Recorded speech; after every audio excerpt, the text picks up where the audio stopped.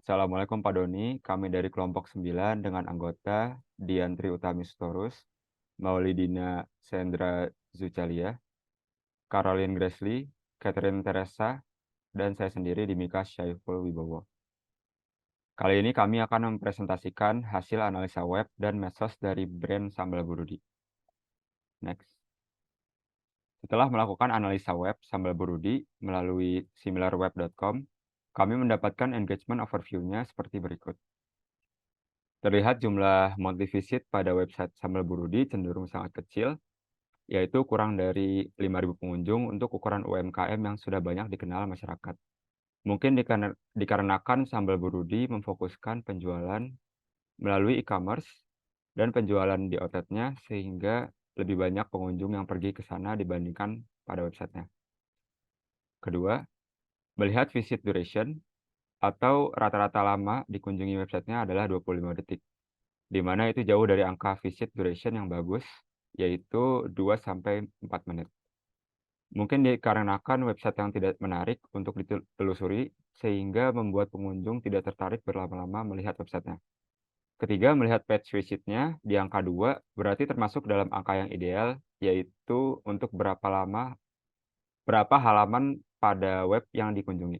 Tapi masih perlu ditingkatkan lagi karena rentang paling idealnya ada di 1,8 sampai 4,4 page per visit.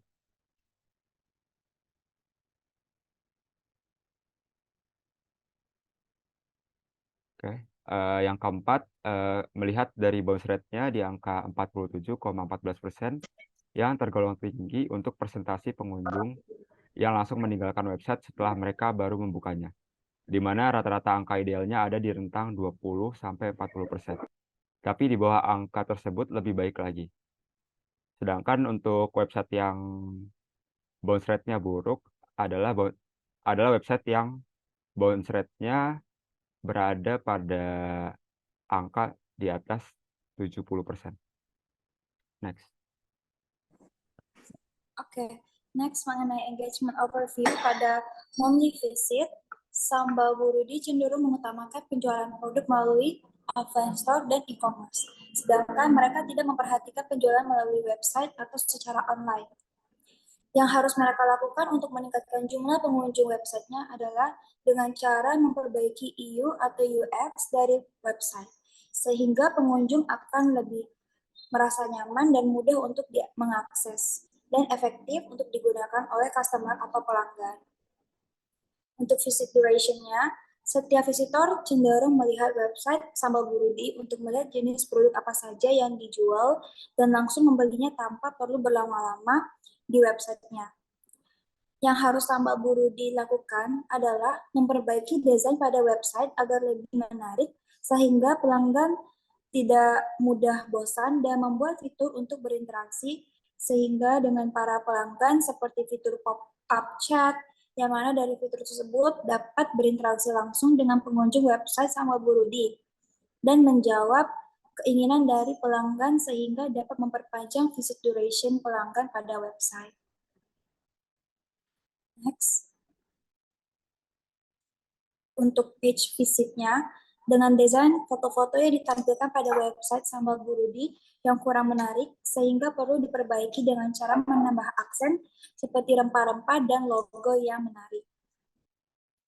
Untuk bounce rate-nya, Sambal Burudi dapat mempromosikan lebih melalui influencer dengan cara endorsement untuk menarik perhatian pelanggan untuk mengunjungi websitenya. Selain itu juga penambahan promosi di dalam websitenya sehingga pelanggan atau customer tidak cepat keluar dari websitenya.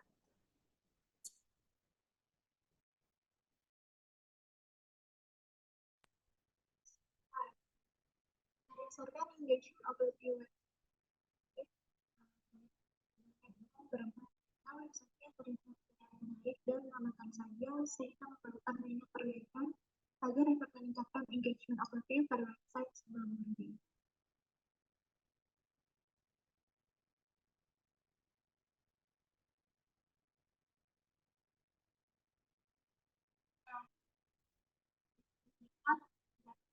Untuk medicine sendiri Grafiknya menunjukkan kenaikan dan penurunan yang tidak stabil, sehingga grafik mention dari sambal burudi termasuk fluktuatif. Jumlah mention positif berjumlah 22, sedangkan negatif berjumlah 3. Lalu reach-nya, grafiknya juga menunjukkan hasil yang fluktuatif dengan total social media reach sebesar 5.440 selama sebulan. Share of voice-nya dapat dilihat bahwa jumlah share of voice dari data di samping presentase yang lumayan tinggi dengan total influence yang juga besar karena banyak pelanggan yang menyukai produk dari sambal burudi. Next. Oke, next ada sources. Jumlah sourcesnya ini dari sosial media masih bisa dibilang sedikit kurang ya, karena mereka juga ngefokusinnya ke penjualan offline store-nya sama di e-commerce-nya. Jadi lebih banyak pelanggannya Burdi itu mention-nya tuh kayak dari mulut ke mulut gitu taunya, untuk ngasih rekomendasinya secara langsung atau enggak kayak posting di sosial media gitu. Terus selanjutnya ada social and non-social mention. Jumlah statistiknya mentionnya tuh di sosial media sama non-sosial media tuh nggak terlalu jauh perbandingannya. Jadi cuma di perbedaannya di dua doang antara mention melalui sosial media ataupun non-sosial media gitu. Next.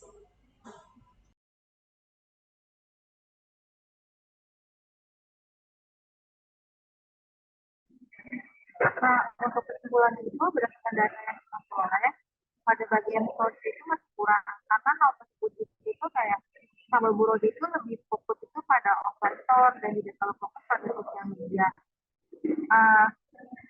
Kalau pada offline store itu seperti yang sudah kita ketahui bersama itu di beberapa wilayah kota-kota yang ada di Indonesia itu memiliki cabang-cabang dari toko offline dari sambal burudi itu sendiri. Misalkan kayak pusatnya itu ada di Surabaya, lalu ada di Jakarta. Kayak sambal burudi itu produknya itu lebih fokus kepada offline store, terus juga produk-produk itu jadi kalau di offline store itu selalu besar gitu kan, tokonya itu besar dan juga cenderung itu ditata-tata pada kayak rak-rak yang ada di offline store itu, jadi hanya fokus kayak lebih fokus prefer ke offline store daripada kayak sosial medianya itu atau jualan secara online itu masih kurang. Boleh di next.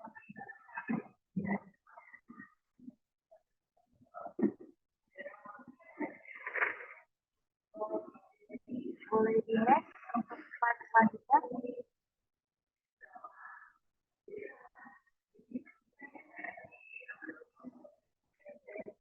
Nah, berikut merupakan terdapat beberapa saran yang kami sarankan kepada produk sambal burudi agar dari produk sambal burudi juga dapat meningkatkan dari strategi pemasaran digital marketingnya.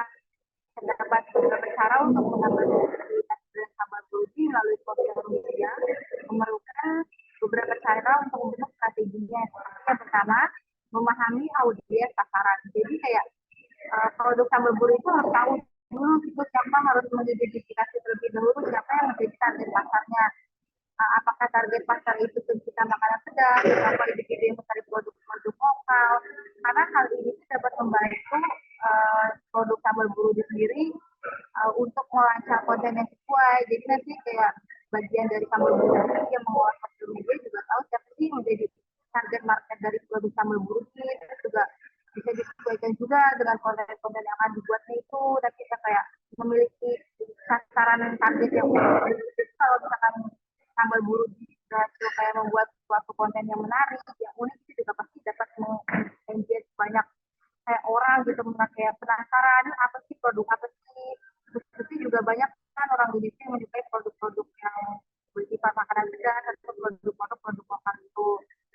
Lalu yang kedua, saran dari kami kepada sambal burudi itu mungkin sambal burudi itu dapat mengoptimalkan kayak profil penggunaan di sosial media. Sambal burudi dapat memastikan bahwa profil dari sambal burudinya baik itu melalui Instagram, TikTok, Twitter, Google My Business itu berisi dengan kayak memiliki deskripsi yang informatif, untuk menggunakan logo, terus gambar itu yang konsisten.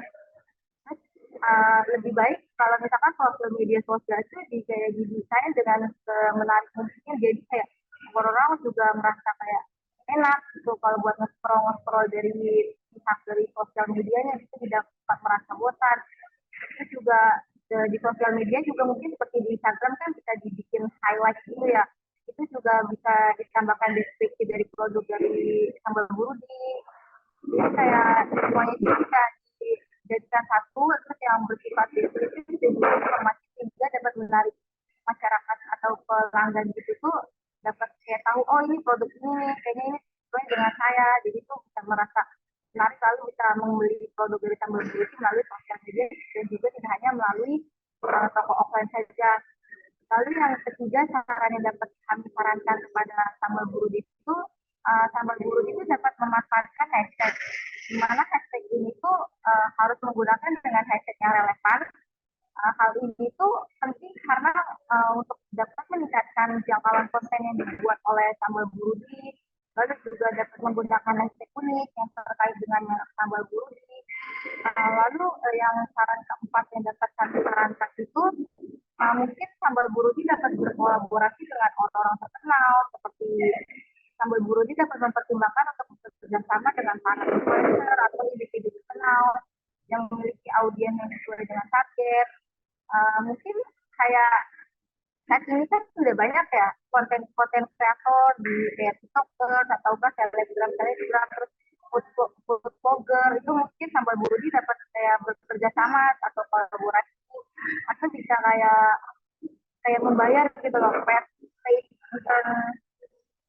ads gitu kan, paid ads itu jadi bisa kerjasama sama para food blogger untuk mereview makanannya atau enggak bisa lebih intinya itu nanti dari kolaborasi tersebut itu tuh dapat mengengage dari audiens itu untuk memperluas jangkauannya juga, jadi tidak hanya kayak misalkan saya memiliki bisnis, nah bisnisnya itu tuh tidak hanya saya memiliki toko offline saja, tapi juga saya mengajak dari kolaborasi tersebut tuh agar orang-orangnya itu biar kayak lebih tahu juga nih kalau misalkan kayak ini tuh bisnis dari bisnis burudi itu memiliki toko di online juga, jadi tidak hanya offline sehingga masyarakat juga tidak hanya membeli langsung datang ke tempatnya, tapi juga bisa datang langsung ke toko online-nya. Terus mungkin juga saran dapat kami sarankan itu kepada sambal burudi itu, sambal burudi dapat melakukan promosi yang bisa berbayar.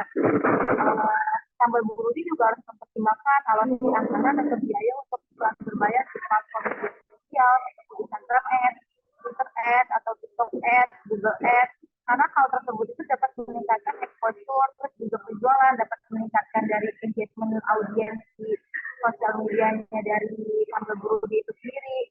Jadi kayak sambal burudi itu saran-saran yang dapat kami sarankan dari kayak memahami audiens sasaran, terus mengoptimalkan penggunaan sosial media, memanfaatkan hashtag.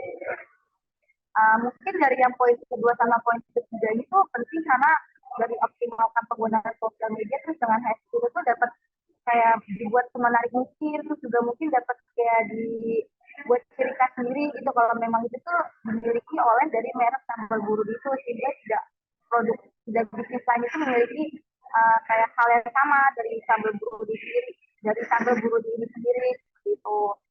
Terus kayak dapat kolaborasi juga, lalu promosi berbayar ini mungkin saran-saran kami ini dapat dilakukan oleh sambal burudi supaya nanti sambal burudi dapat meningkatkan strategi sosial medianya menjadi lebih baik lagi. Boleh di next.